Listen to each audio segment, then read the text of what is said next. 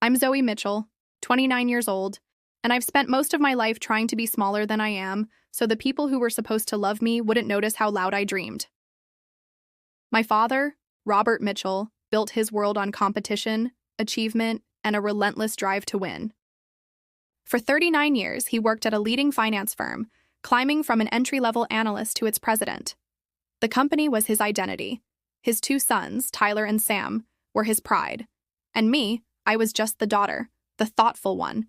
He always mentioned last, as if trailing behind my brothers in every way. The night before his retirement banquet, I stood in my bedroom, trying on the dress I'd picked out weeks earlier. It was deep emerald green, simple, elegant, not flashy, exactly what I thought he'd expect. Understated, safe, a daughter who never made waves. Behind me on the bed sat the black velvet box, lined with crimson silk. Inside was something small, a relic from a time he pretended never existed. I told myself I didn't want to go. Told myself maybe it was better to stay home, to avoid another moment of being spoken over, overlooked. But something twisted in my chest, a stubborn hope that maybe, just maybe, this night could be different. Before I keep going, tell me in the comments, have you ever been quietly dismissed by someone who was supposed to champion you? If so, hit that like button and subscribe, because you'll know exactly how this feels. I grew up in Charlotte, North Carolina, in a house where praise was rationed like gold. We weren't wealthy, but we were comfortable. My mother, Elaine, always tried to soften the edges, to let me know I was seen. But Dad's approval was a rare currency, never quite enough. My brothers, Tyler and Sam, were his sidekicks, his young protege. Both played varsity sports, captain of their teams, natural leaders. He braggadociously introduced them at every dinner party. This is Tyler, soon headed to Duke on a basketball scholarship.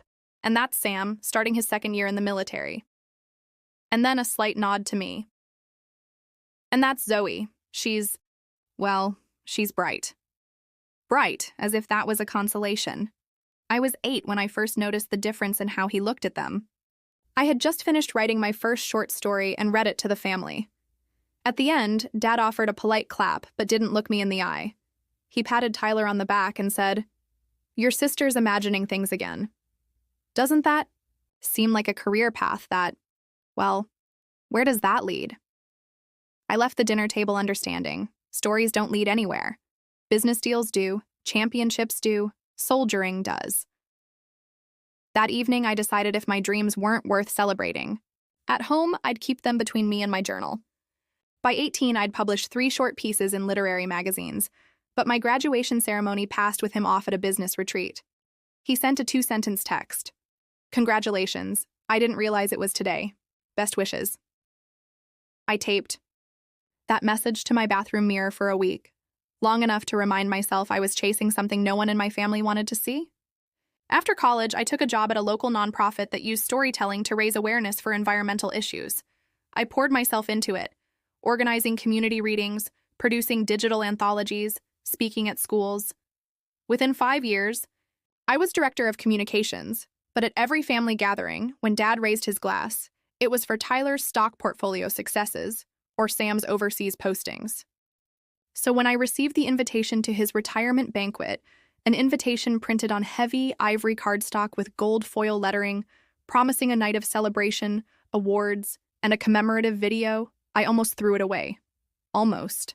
But a part of me still believed that if I showed up, maybe the audience would see me the way I wanted to be seen. That maybe this would be the night my father publicly acknowledged more than just his sons. I flew back to Charlotte the day before. I checked into a small boutique hotel a few blocks from the Ritz-Carlton, where the banquet was being held. I rehearsed my smile in the mirror, rehearsed my breathing, found the bottom drawer of my suitcase, and stared at the black velvet box as if it were a ticking time bomb. I didn't tell anyone what was inside, not even my best friend Lena, who kept texting me, "Promise me you won't set him off. Just blend in." I knew blending in was exactly what I didn't need to do. So I left the box concealed in my purse and practiced straightening my spine instead of bowing my head. The evening of the banquet arrived with a humid breeze blowing through the city streets. I parked my old Volvo at the valet and watched as the uniformed attendant smiled at me. Smart, casual attire, he'd said. The hotel lobby smelled of fresh orchids and ambition. A red carpet led to the grand ballroom doors, where uniformed doormen greeted guests like arriving dignitaries. I took a deep breath and walked in. The room was a sea of navy suits and glittering dresses. Round tables with tall glass vases held cascading white roses. Waiters circulated with champagne flutes clinking. A slideshow of Dad's career played on the massive screen behind the stage. Images of him signing contracts, shaking hands with corporate partners, leading meetings from a polished oak desk. There were no family photos, no childhood snapshots, no family vacations, just him in action poses, the professional titan. I stood near the entrance, scanning the crowd. My mother spotted me first. She raised her eyebrows, gave a quick, discreet wave, as though she'd wanted me here more than anyone but didn't want to embarrass me. Then I saw Tyler and Sam, flanking my father like pillars. Both wore tailored suits and expensive watches. And they both looked at me the way freshmen look at varsity seniors. Polite respect laced with superiority. "Zoe," Tyler said, giving me a perfunctory hug. "Still doing that books and ideas thing?" His tone was neutral, as if talking about my job felt like discussing a hobby rather than a career. "Yeah," I replied, keeping my voice even. "I just got back from a reading in D.C. "Cool," Sam cut in, smoothing his tie. "Mom says they're serving her specialty kale salad. Sounds like a winner." They both chuckled politely and turned away to greet my father's colleagues. And just like high school, I was the girl nobody really understood. A girl whose success in words seemed trivial next to stock market gains or military ranks. A waiter passed with a tray of champagne. I took a glass and found a seat near the back, not because I wanted to hide, but because I didn't want to take the front row and invite a spotlight I wasn't sure I could handle. My heart thudded in my chest as the MC took the stage and asked everyone to settle. The lights dimmed. The crowd hushed. The air felt electric, as though something monumental was about to happen.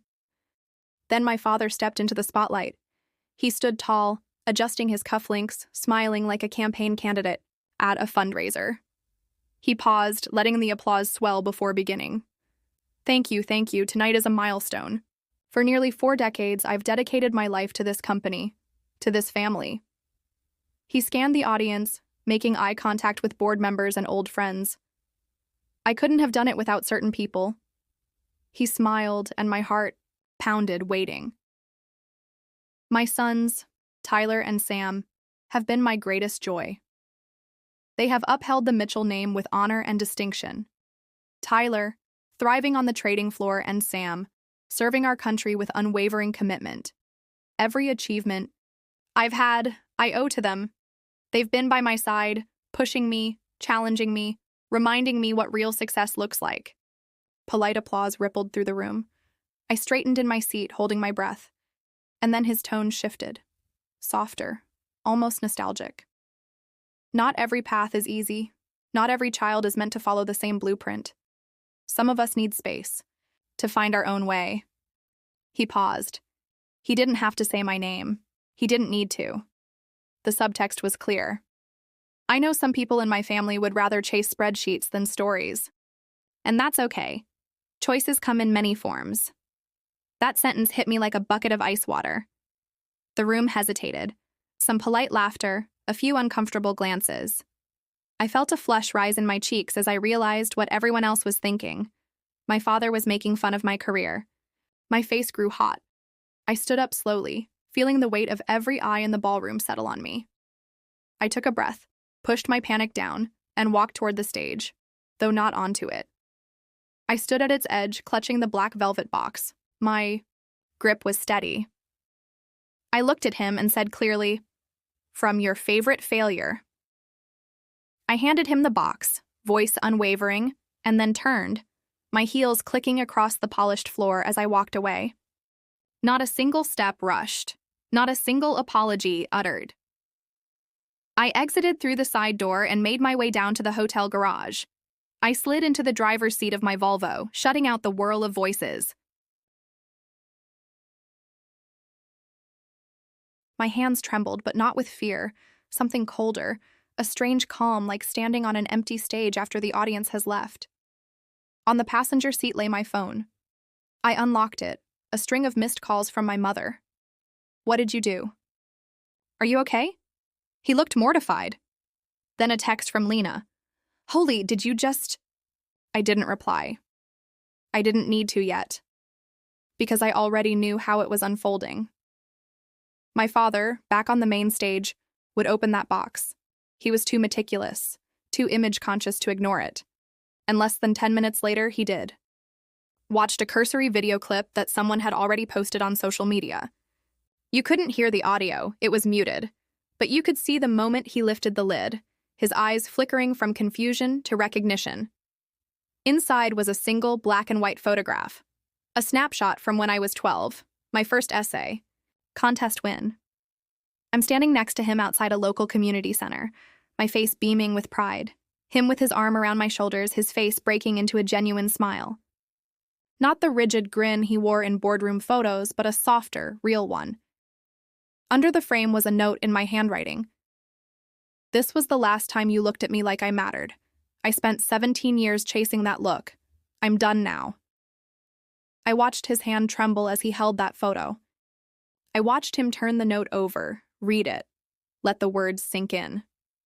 I didn't cry. I expected to.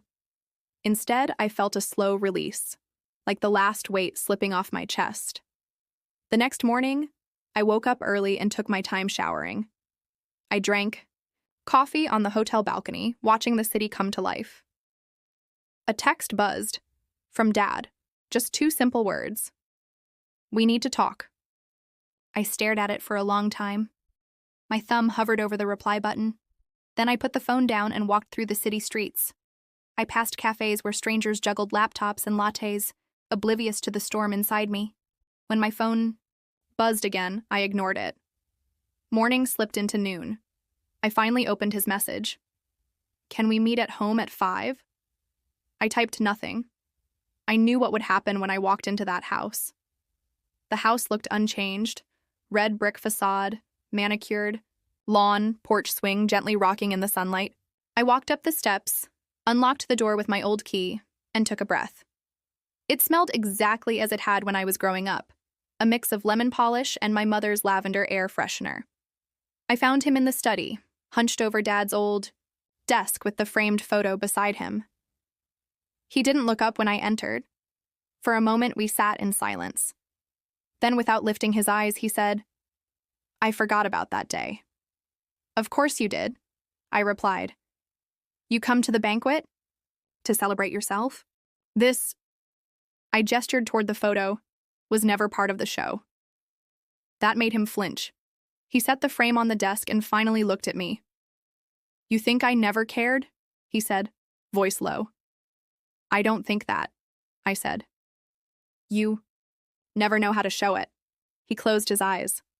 "I pushed you," he said quietly, "because I saw something in you. Something fierce." "No," I said. "You drove me away. There's a difference." He opened his eyes, really looked at me for the first time that evening. "I was fighting my own demons," he admitted. "Your grandfather, he never approved of me, always said I was too soft. I saw you, asking questions, writing stories, and I thought I was protecting you. I thought I could fix you." I folded my arms. "You were never broken," I said. "I just didn't fit the mold." His gaze softened. "I know that now," he whispered. "I just didn't know how to be a father to a daughter who wasn't like them." And in that fragile moment, I realized I'd spent a lifetime trying to earn something he was never able to give. And that wasn't my failure. It was his. 2 weeks passed before I felt the weight completely lift. Not eased, gone. It didn't vanish with a dramatic outburst or some grand confrontation. It slipped, away quietly, like a late-night train pulling out of an empty station. I returned to my apartment in Seattle on a Wednesday morning. The plane soared over mountain peaks dusted with snow, then glided toward the gray Pacific waters. And for the first time in years, I didn't feel like I was running away. I felt like I was returning home. To my life. My chosen life. At work, The nonprofit was gearing up for a major reading series launch. I dove back into planning community events, organizing writers' workshops, and mentoring younger storytellers. 10 days after my return, my project director walked into my office. She said, "We'd love for you to be the keynote speaker at our annual Women in Words conference next month. Your story could inspire so many young women writers." I paused, thinking about what she meant by your story. She meant the viral moment from Charlotte. I took a deep breath. "Absolutely," I said. The night of the conference, I sat backstage in a simple black dress, adjusting the microphone on my lapel. The auditorium was alive with chatter, aspiring. Poets, budding novelists, journalism students. When my name was announced, I walked onto the stage, feeling the lights warm on my face. I took a breath and looked at the crowd. "Sometimes the loudest voice in the room isn't the one you hear," I began. "Sometimes it's the one you've been drowning out for years." I spoke about growing up in a house where girlhood felt like a footnote, about seeking approval, about the moment my father humiliated me at his retirement banquet, and how I found the courage to hand him a gift that showed him the truth. I talked about how rejection can become fuel, how being dismissed is sometimes the spark that lights your creative fire. I closed with a message I wish someone had told me at 14. You don't owe anyone your dreams. You don't have to conform to someone else's script. The most radical act of all is to write your own story. Afterward, the applause rolled over me. The video clip of my speech went online and quickly spread, shared by writing groups, women's networks, even corporate diversity blogs. DMs arrived from strangers. "Your courage gives me hope." My dad did the same to me. "Thank you for showing me it's okay to step out of line." I didn't respond to them at first. I just read every message, letting them remind me I wasn't invisible anymore. Then, a message popped up from an unfamiliar name. "Lydia Barrett." She said, "I watched your speech. My dad treated me the same way. I'm 40 and just now realizing I have permission to be more than what he expected. Thank you." I stared at her words. Then I typed, "It's never too late to chase your own story." A few days later, I finally called my father. My mom answered on the second ring. "He's here," she said, voice soft. I took a breath. "Dad, I'm not looking for an apology," I told him. "I just wanted you to know I found my own worth." I heard a pause, then his voice, low, measured. "I see you now.